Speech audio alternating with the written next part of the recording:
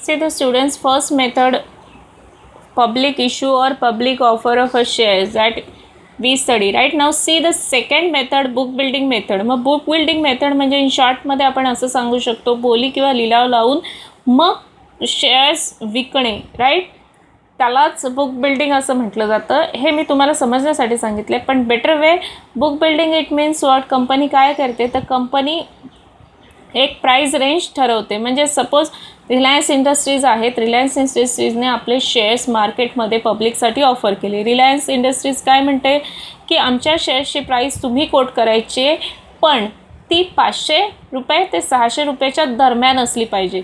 म्हणजेच काय तर कमीत कमी 500 रुपये किंवा जास्तीत जास्त 600. तुम्ही 499 रुपये प्राईस कोट करू शकत नाही, तुम्ही 601 रुपये प्राईस कोट करू शकत नाही, तर तुम्ही 500 ते 600 दरम्यानमध्ये प्राईस कोट करू शकता. बरोबर.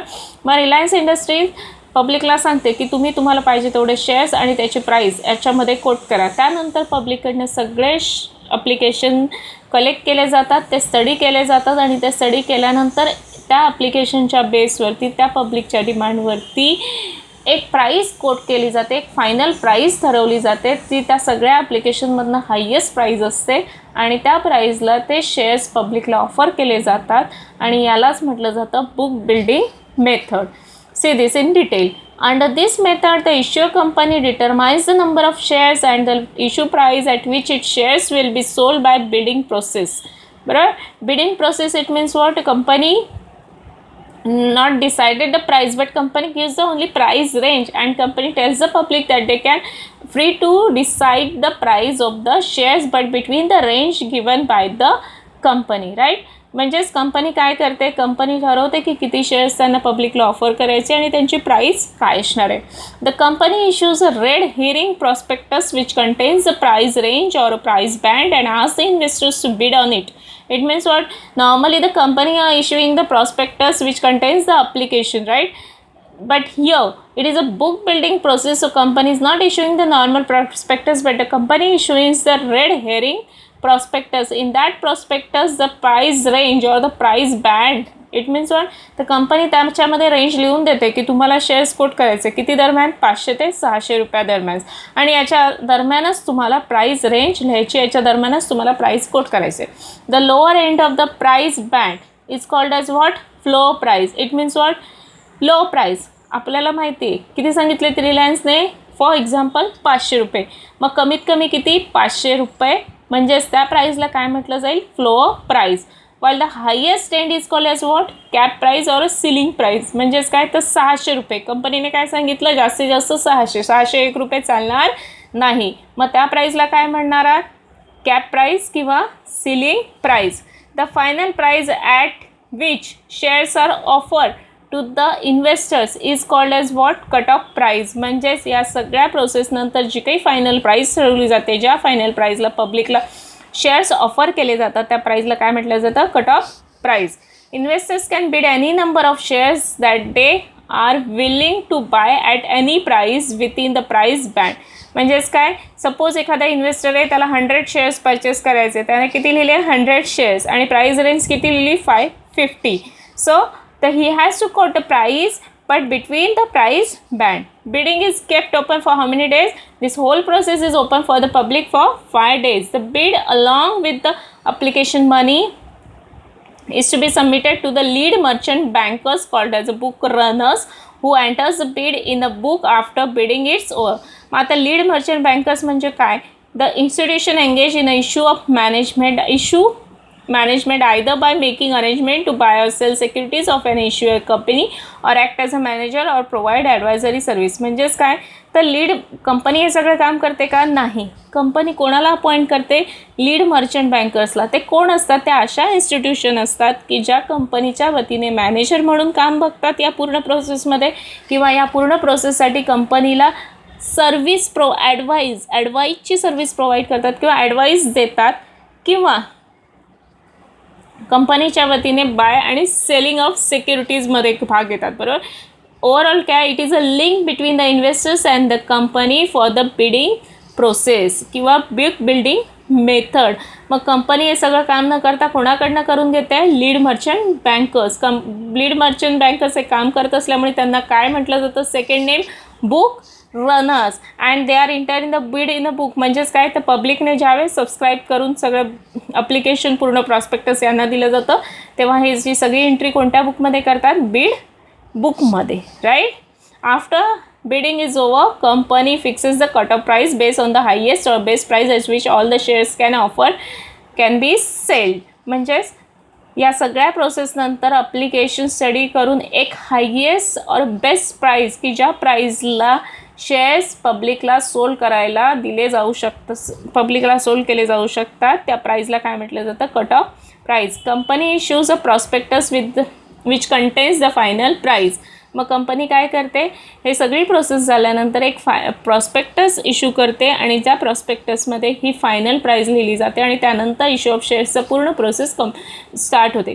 Book building method is use for public issue IPO आणि APO. ही मेथड नॉर्मली कशासाठी इश्यू वापरली जाते, तर इनिशियल पब्लिक ऑफर किंवा FPO फिक्स पब्लिक ऑफर. आता या मेथड काय आहे हे आपण आता बघणार आहोत. So the book building method, you can say that in short and simple we can explain like this. A book building method in which the company sold their shares to the public by bidding process by issuing the red herring prospectus which contains the price range or a price band on which price range the public has to claim their shares. At the lower end of the price band is known as what, floor price, and the higher end of the price band is known as what, cap price or a ceiling price, and the final price at which the shares are offered to the public is known as what, cut-off price. And this book building process is opens for how many days? It is opens for 5 days, and this whole process is run by or is completed by whom, the lead merchant, or handled by whom, lead merchant bankers, which are also known as what, book runners. They are enter all the applications in all the information in a bid of the bid in a book, and after this the company decide the final price, and then company issues the prospectus to sell the shares to the public. And normally this method is used for IPO or FPO. Now what is the IPO and what is the FPO, we will see now in detail. See now in detail what is the IPO and what is the FPO. IPO, it means initial public offer. Now initial, it means we are knowing at the starting point. It means ज्यावेळेस company पहिल्यांदा आपले shares मार्केटमध्ये पब्लिकला offer करते त्यावेळेला काय म्हटलं जातं, initial public offer. किंवा नॉर्मली आपल्याला माहिती आहे की प्रायव्हेट कंपनीने public, see that initial public offer refers to the process of offering the shares of a company to the public for the first time. म्हणजेच काय, तर जेव्हा कंपनी पहिल्यांदा आपले शेअर्स पब्लिकला ऑफर करते तेव्हा त्याला म्हटलं जातं initial public offer. A new company or an existing company which had raised its capital earlier from promoters or other investors may offer its shares to the public when it is in the need of fresh funds. म्हणजेच काय, नवीन company ज्यावेळेस पहिल्यांदा shares offer करते त्यावेळेस त्याला म्हटलं initial public offer. किंवा जर का ऑलरेडी असणारी कंपनीसुद्धा त्यांचं कॅपिटल वाढवते किंवा त्यांचं कॅपिटल, फ्रेश कॅपिटलची ज्यावेळेस गरज पडते त्यावेळेस जे काही शेअर्स इश्यू केले जातात तेव्हा त्याला म्हटलं जातं initial public offer. A new company or an existing company which had raise its capital earlier from promoters. Who is a promoter? A person in whose mind the first ideas of a business came, or the promoter who complete the whole process of registration of the company, or the promoter is the first owner of the company. And other investors may offer its shares to the public when it is need of a fresh fund. म्हणजे एकदा company अस्तित्वात आल्यानंतर काही वर्षांनी जेव्हा कंपनीला पुन्हा एक्सपेन्शनसाठी फंड्सची गरज पडते, कॅपिटलची गरज पडते, त्यावेळेस जेव्हा शेअर्स मार्केटमध्ये इश्यू केले जातात तेव्हा त्याला इनिशियल पब्लिक ऑफर म्हटलं जातं. The first time the company offer shares to the public then it is known as what, initial public offer. Right. Before IPO, a company is not a listed company and its shares are privately held. After IPO, company becomes a listed company and its shares can be bought and sold by investors in the open market. बरोबर. म्हणजेच काय, a company can make IPO through fix price issue method और book building method. मग IPO म्हणजे पहिल्यांदा company जेव्हा आपले shares मार्केटमध्ये विकायला काढते तेव्हा त्या वेळेला काय म्हटलं जातं, इनिशियल पब्लिक ऑफर. आणि IPOच्या अगोदर कंपनी लिस्टेड नसते. तर लिस्टेड म्हणजे काय, as we are knowing there are various types of market existed, right? It means what, cloth market, ornaments market, like that the market where the shares and securities are buy and sell, that is known as what, stock exchange. मग stock exchange म्हणजे काय, असं market की जिथे shares आणि securities खरेदी किंवा विक्री केले जातात. बरोबर. मग त्या ठिकाणी रजिस्ट्रेशन केलं जातं कंपनीच्या शेअर्सचं. बरोबर. मग IPOच्या आधी कंपनी ही लिस्टेड नसते, म्हणजे